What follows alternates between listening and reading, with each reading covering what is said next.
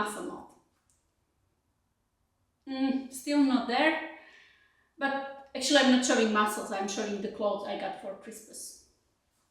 It's January and many of us are giving ourselves resolutions and some promises, and unfortunately many of us will fail to continue with it or to succeed at it. So I don't think that people are lacking willpower. I think they are just repeating the same mistakes every year or every season, and that's why they fail. So in this video today, I'm going through multiple stuff you can avoid or you can learn from it to avoid making mistakes and fail in the same miserable pit again and again. At the end of the video, I will also tell you what kind of resolution I promised myself this year and how it's going. The first one, from extreme to extreme. There are two types of people. One type is that they promise to lose, let's say, 10 kilos in January in 1 month. The other type are people that are going to lose 10 kilos in the next 2 years. There is a high chance that both will fail. First, it's not possible to lose so quickly after you've done nothing. You are burning yourself in the next few days. You are starting very good, you are going to the gym every day, you are hitting your calories, macros, your protein intake, but after a few days you are exhausted and you come back to your old habits. Therefore, you should start slowly, step by step. On the other side, there are people who just want to start slowly, and they're giving themselves the goal that is very long, and at the end it will turn to procrastination or saying like, okay, in this half year I haven't lost what I wanted, but I still have 2 years to go. This will not work very much. Instead, what you should do, you should give yourself 12 to 16 weeks long goal. For instance, if you want to lose weight or gain weight, and then have some multiple checkpoints on your journey. If you are losing weight, and of course if you are also gaining weight, just make sure that every these 12 to 16 weeks you have at least 1 week of a maintenance. So your body will stabilize. And it doesn't matter if you are losing weight, but also if you are gaining weight. So you go back to your maintenance calories intake, you have like deload week as well, and you are just calm down your body for 1 or more weeks, and then you can jump back to your journey. The other mistake, genes versus inherited traits. I think you heard this many times that genes plays a role when you are trying to again lose or gain weight. However, they don't play such a huge role. I think the bigger role plays what you inherited, what kind of traits you inherited from your family when you were younger. If your family is used to have huge portions, big plates, eating multiple times, big meals per day, do not do any healthy activities, any sports, it's so hard to start this by yourself. I'm the example of that. In my family, there is not much emphasis on healthy eating or sport. So I have to develop these traits by myself, and it's definitely not easy. Therefore, please keep in mind that you can break this cycle, you can change, but just don't blame your genes. Blame your whole family instead. Oh, just joking. Just be aware of that. What you also can do is that you will change one household rule per time. For instance, you will buy smaller plates. You will go for a walk in between of your lunch and dinner if you have time. Or do these small changes, but just one per week. You don't need to do 10 changes immediately in the first week. The other point is my metabolism is too slow. Oh, after 40 my metabolism slowed down, or even after 30. It's actually not true. There is a study in science that was tracking people from the infancy up to 92 years old guy, and they show there was no significant changes in metabolism between age of 20 and 60. Even after 60, the metabolism didn't change significantly a lot. It has changed, I believe it was like 27% after 90s, after the first people that were in 90s. But if you are in 90, who cares? You can eat whatever you want. You don't need to care about that. So what's going on and why you think that your metabolism is changing? So there are multiple stuff. You are moving less, maybe you train less, you are sitting more because now you have a job, you are an adult, you have office job, or you just come back tired from the job or from taking care about kids, and you just comforting yourself with the food, with the couch, just lying on the couch watching TV. You are socializing now more because when you were younger, like 10 or something, let's say, maybe you didn't go out, you didn't drink alcohol. This all piles up. Maybe we don't realize it, but it's actually, we cannot blame our metabolism. It's the lifestyle that drifts. Our lifestyle has changed. So we need to take this into account. And what is good to do is, when you are, of course, older, 20 plus, you should protect and build your muscles. You should add some cardio in your life to pump up a little bit your heart. You should also do some stretching because you want to stay flexible and you don't want to break just bending to tight your shoes. And you should definitely fix your sleep. These points, protecting your muscles, do some cardio, stretching, and have better sleep, are more valuable than just blaming your metabolism. Point number 4, I track my calories. As I said in my previous videos, I wish I am a person that can track calories by eyeballing. I cannot. I need to track it every single step, even if I'm in bulking phase or now I'm in cutting phase. Actually, during maintenance, I also was tracking my calories. Many people, they do think they are tracking calories, but they forgot small bites in between. They forgot a small candy that they took while they were walking past by a coworker that brought again these small candies.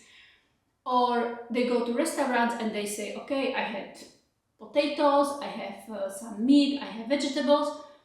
That's all. I know how many grams it was each because probably it was on the menu written down, but they don't know how much oil they put, the cook put inside.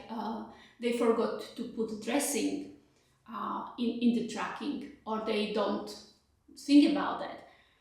So instead, you should maybe use some free or some paid app and put for 2 or 3 weeks, track every single step as much as you can, and then you can really see if you are in calorie deficit. Many people think that they are in calorie deficit, but when they just miss tracking this stuff like oil while cooking, dressing, small bites, licking the spoon while cooking at home, they found out at the end that they are not losing weight, and it's not because the calories rule is not working, it's because they are just simply not in deficit.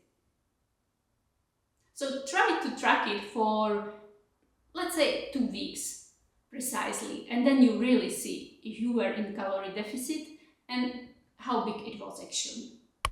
Other one is overestimate your burn and underestimate your calorie intake. As I said a few seconds ago, you are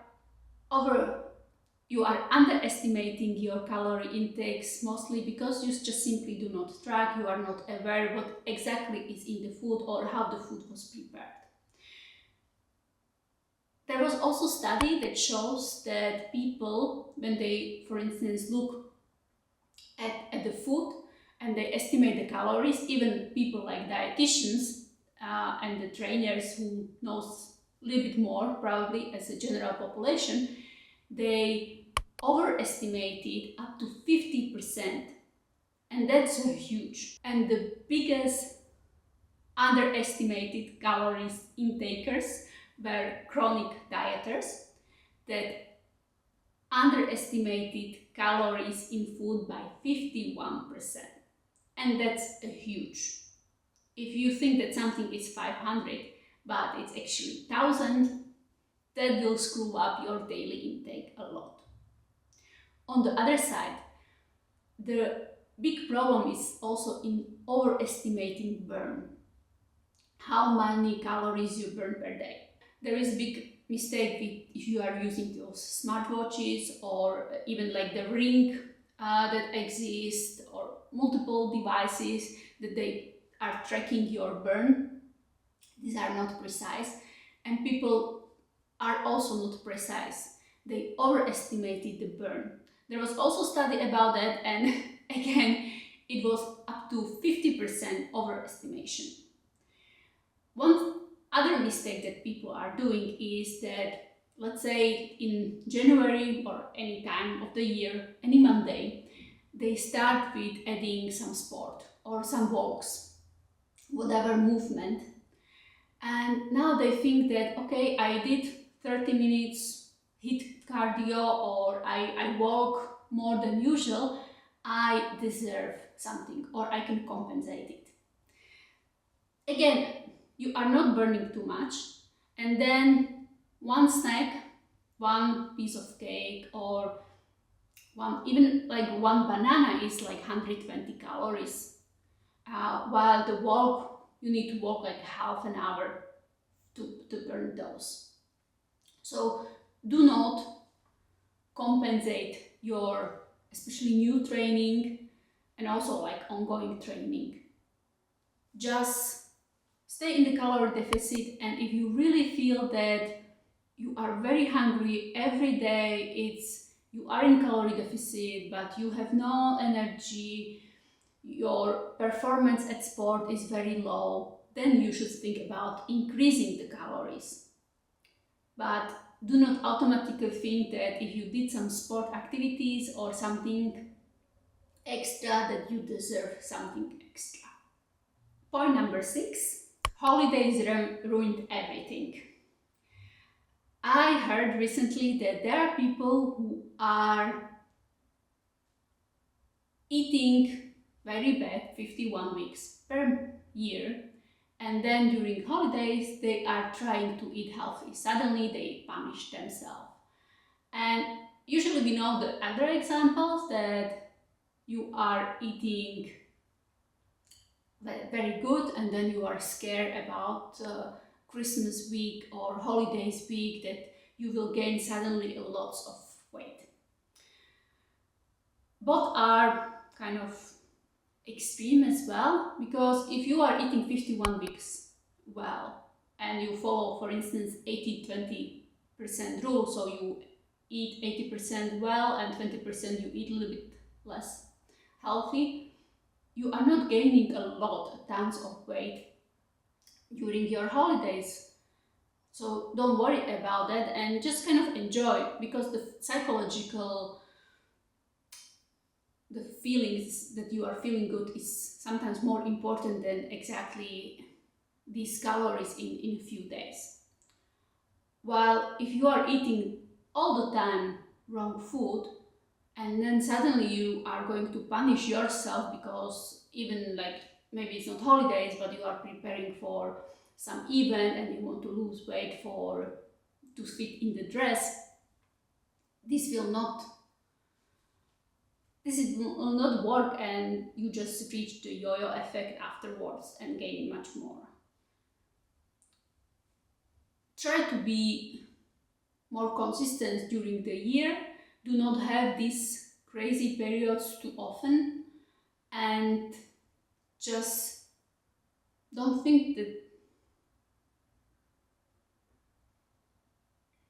consistency beats intensity every time.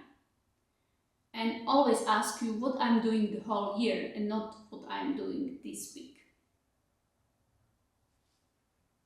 Point number 7, the 30 days challenge. In January especially, it's very popular to start with some 30 days challenge. And it is either challenge by some diet or doing some sport for 30 days. Especially people who are not used to do sports every day, then suddenly they jump on it, they are motivated, but something, for instance, happened and you just cannot sport, you got sick, or you have a birthday and you just have a piece of cake, and there is this psychological break in many people that they think like, okay, I am in this 30 days challenge, I just now broke it because I failed, I had this piece of cake, or I was sick for 2 days so I didn't follow it, and then they say like okay, now I throw it everything away because I broke this challenge, it is just 30 days, like there is no tomorrow, and everything is gone. The same happens even without this 30 days challenge, like you are on a diet, you are eating very healthy, and then one day or 1 hour, one lunch, you got something different. You are traveling, for instance, and you cannot have your healthy food, you just have something unusual, maybe more caloric. And then it's like, okay, I fail, now it's over, and it's going down the drain. You just start binge eating. And I heard very good example of that or analogy for that. You are on the highway and you get a flat tire. So what you are going to do? You are going to fix this flat tire because you have 4 wheels and you have 1 flat tire. But what these people that are thinking they are failing this 30 days challenging by eating 1 or few days more or skipping sports, they are behaving like, okay, I have flat tire in 1 wheel, so now I will pinch the other 4 wheels because there is no way to come back, instead of fixing that 1 day or these multiple days and then just continue. So on one side you are going to punish yourself for not following, on other side you're just going to give up. Instead, reset. Maybe it will take 1 meal, maybe it will take 1 or 2 days. Reset and start again. Point number 8, scales go up when you start training. Let's say you are not a person that is training every day, or you train here and there once a week or something. Now you decided that you are going to include more sports in your life. What's going to happen, or you are going to change the sport type. What's going to happen is that there is a inflammation in your body because of the sport, because your body is tired after you did that sport. The glycogen is up, the water retention is up. Also in the cases where you start taking creatine, for instance, you can get in the first month up to 2 kilos, just because you are taking creatine, that it's binding to water and so on. And this kind of scale up is messing up with many people, because they are saying, okay, I went to the gym 5 days a week, and the scale is going up, it's not going down actually. I am in calorie deficit, but the scale is still higher than I thought. Just wait. The scale will go down, your body will adjust, and Even if I have been training for many years, different sports, my scale is always going up, especially after I train my legs. The next day the scale is up, and then it's going down, then it stays stabilized, then it's going up and down. At the end, most important is the trend. So therefore it's not crazy to think like, therefore it's important to not to look at one day or even just like 1 week, but to look how the trend is going within the month. Also with women who are having period each month, the water retention is different, so you are going up and down. So just be prepared for that mentally. It's totally normal that your scale is like wave, but wave that is like going down and not like unless you are really starving yourself, which doesn't make any sense. What you also can do, if you just don't want to wait for the full month, let's say that your scale is going down, you can track your waist. You can measure different parts of your body and see if the numbers are going down or they stay. Maybe the scale is up, but actually your waist is going down. So this is the most important. So the next point is your environment is sabotaging you. There are lots of studies, psychological studies, that are showing that we are actually mimicking the environment we are living in. If you are living with in environment where the health is not important, the sport is not on the table, but there is just food on the table, you are feeling you don't want to be outsider. People are not programmed evolutionary to be outsider. They are programmed to be within the group. They want to be accepted by the group. I'm not going to the detail because there is, as I say, lots of psychology studies behind it, lots of psychology. But just be aware of it. If you are in an environment like when there are lots of people who are training or who are talking about health, you are kind of trying to also be there in the group, trying to take care about yourself, about your health. Well, if you are in, let's say, in a family where nobody cares about how much they ate, when they ate, it's easier to take some pills, medication, than to take care about yourself. It's very hard to be outsider, to step out and start taking, because not even that you are not feeling you are not the part of them, but you can be also judged by them. Oh, why you are eating salad? Because people always eat salad when they are on diet, no? These extremes. So just be aware of it. One extra point that is related to January. January is not a good month for extremes. It's cold, it's dark, at least in the north hemisphere. You just don't want to feel like to do anything. You are not as much as motivated like in summer. So instead, do not follow the extreme that I mentioned or any other extreme. Try to start building some easy habits, build the consistency, stay active, but don't overshoot it. Improve your sleep, especially when it's darker, it's easier, I guess.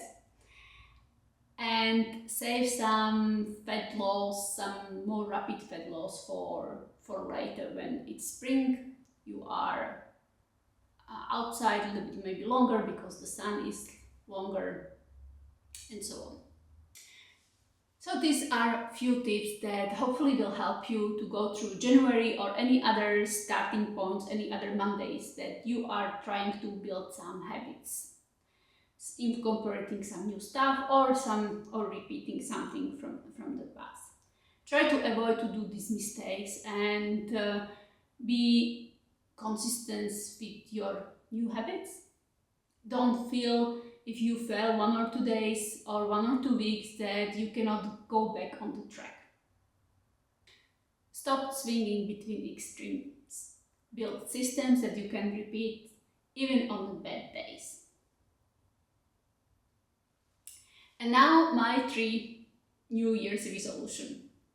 The first one was to incorporating low impact cardio again, and I also incorporated again or restart my stretching routine. And the last point is that it's my New Year resolution is to try to walk in high heel shoes, because my goal is to go for the competition, for the figure competition, for the casting in summer, and then hopefully for competition itself in October 2026. And girls, women, ladies, they are having always during the competition these high heels, which is like 5-inch long heels, and that is 12 or 13 centimeters. I never had such high heels. I never had anything higher than sneakers. So for me this is really a big challenge, and I'm going to really have a fun and hopefully nothing broken while learning walking in those shoes, or at least standing. I will share some videos later how it's going, and I will share other videos. And if you are interested in having some information about diet, nutrition, little bit of sport, some sport exercise in a non-BS way with some scientific background, please click on the subscribe button, and I'm looking forward to seeing you again. Ciao!